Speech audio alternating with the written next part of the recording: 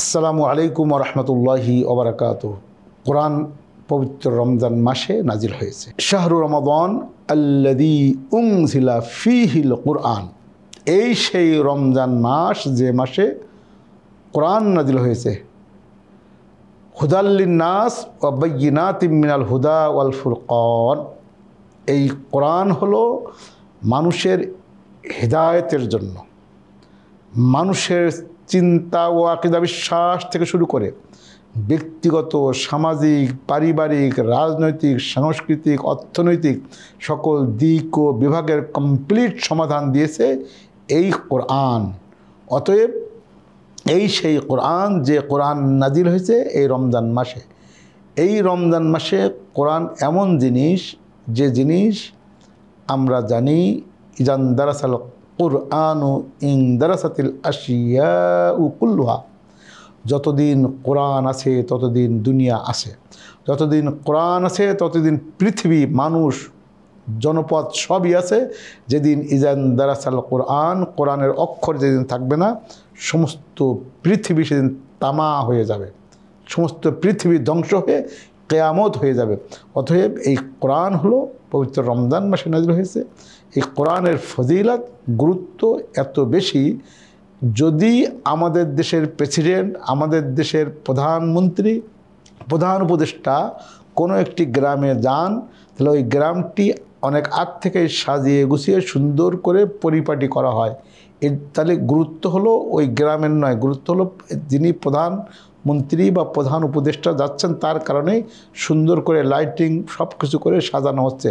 ঠিক রমজানের গুরুত্ব, ফজিলত যা কিছু বলা হয়েছে সবই কোরআনের কারণে। অতএব এই কোরআন, ইন্না হাযাল কুরআনা ইয়াহদি লিল্লাতী হিয়া আকওয়াম। এই সেই কোরআন যিনি সঠিক, সোজা, সরল পথে অটল অবিচল থাকবেন, তাকে এই কোরআন সঠিক পথ দেখায়, হিদায়েত দিয়ে থাকে। অতএব এই কোরআনের মাধ্যমে হুদাল লিন্নাস হুদাল লিল মুত্তাকিন, এই কোরআন মানুষকে সঠিক পথের দিশা দেয়, এই মুত্তাকিদেরকে সরল, সহজ, সঠিক পথ দেখায় এই কোরআন। এই কোরআন হুজ্জাতুন লাকা আও আলাইকা। এই কোরআন কিয়ামতের ময়দানে বনি আদমের জন্য, মানুষের জন্য, আপনার আমার জন্য জান্নাতের পক্ষের দলিল হবে, অথবা আমাকে জাহান্নামে যাওয়ার জন্য কোরআন আমার বিপক্ষে সাক্ষী দিবে। কারণ এই কোরআন বলবে, রব্বুল আলামিন এই ব্যক্তি আমাকে নিয়ে ঠাট্টা করেছিল, বিদ্রূপ করেছিল, আমল করেনি, আমার বিধানের আলোকে আমল করতে মানুষকে বাধা দিয়েছিল। অতএব আমাদের এই পবিত্র রমাদান মাসে কোরআনকে নিয়ে, কোরআনের আমল নিয়ে, কোরআনকে জীবনের সাথে মিলিয়ে আমি আমার জীবনের সর্বক্ষেত্রে পবিত্র কোরআনের নীতি, কোরআনের আইনকে আমার জীবন বিধান রূপে গ্রহণ করতে চাই। ওমান লাম ইয়াহকুম বিমা আনজালাল্লাহ।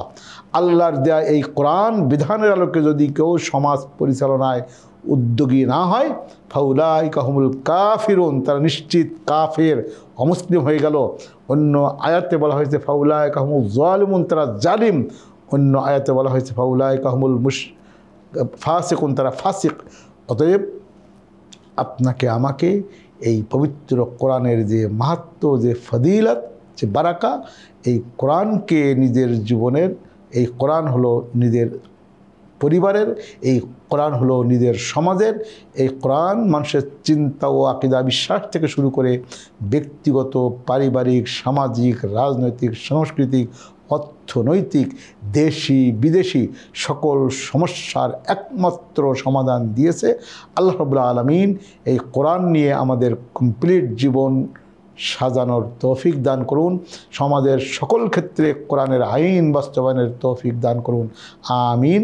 আসসালামু আলাইকুম ওয়া রাহমাতুল্লাহি ওয়া বারাকাতুহু।